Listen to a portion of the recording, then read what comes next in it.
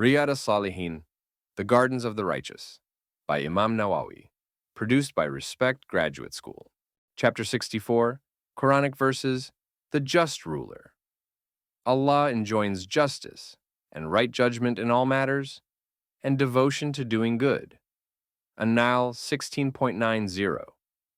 If they comply, then make peace between them with justice and be scrupulously equitable.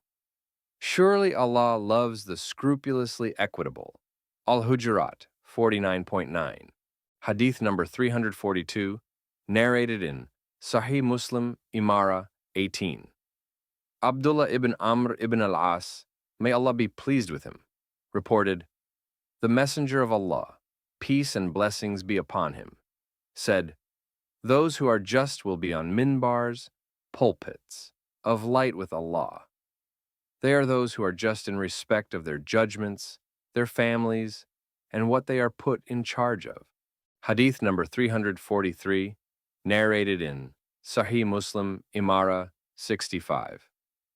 Auf ibn Malik, may Allah be pleased with him, said, I heard the Messenger of Allah, peace and blessings be upon him, say, the best of your Imams are those you love, and who love you, whom you pray for, and who pray for you.